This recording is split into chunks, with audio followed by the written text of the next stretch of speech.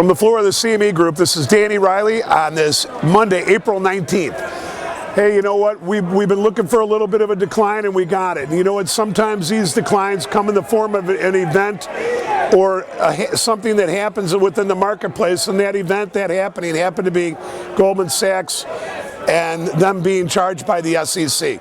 You know, if you look back all the way back to March 9th of 2008 when the S&P made its low, you know, the PPT, which is the Plunge protection team, was right there buying stock and holding up the market. And then when we got to its most recent high, the PPT was out there, but not helping the markets along with these headlines that recently came out about Goldman.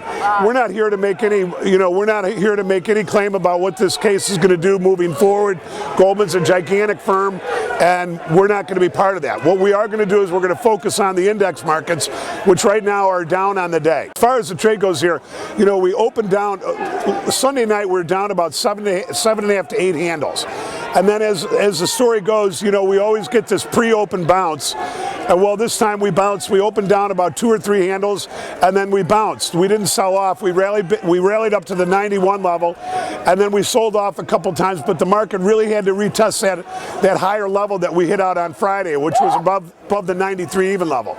Well, right now, this desk in particular, both Friday and today, put out its equity report saying sell rallies in the S&P.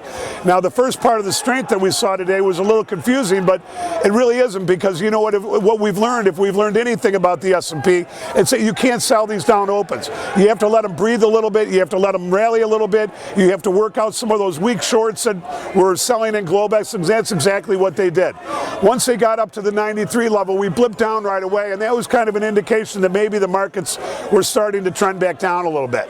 Since then, the S&P sold off from 91-ish, 90-ish down to like 86 and held, bounced up a little bit, then took out the 85 level, then we traded down to the 81 level, and we just recently traded down to the 1180 level.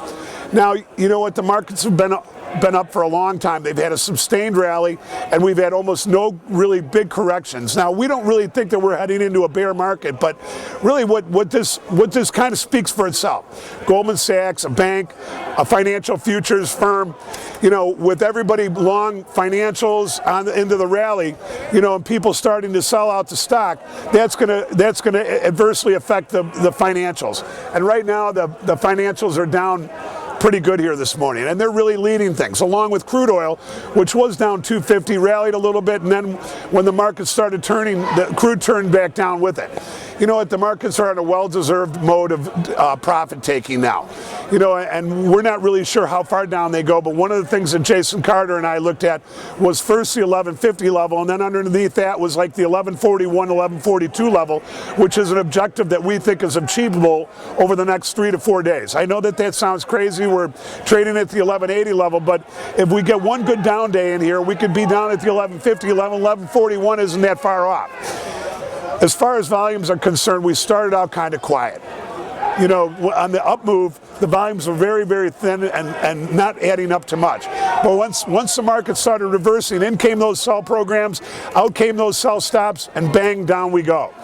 Now, for the remainder of the day, there's a very smart trader in here. He works for a big research firm, and he told us to really watch it. That if we start breaking down through 1180, that there's a potential to trade down to 1170 today. We don't know about that, but what we do know is that the markets have been going up for a long time, and at different levels all the way down, we're going to be hitting pockets of sell stops.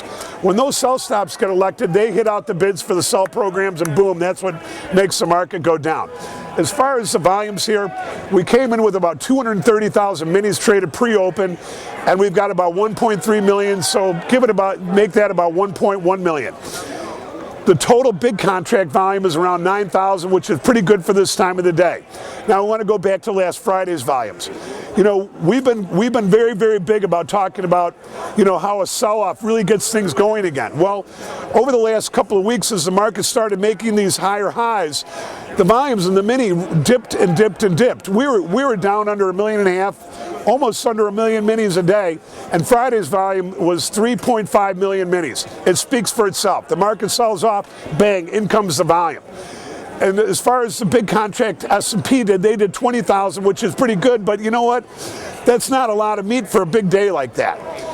as we said, going into the latter parts of the day, we still think that we can test lower prices here. We do see 1150 as a possible downside objective, and below that, 1142. That's all we've got for today. We'll be back tomorrow.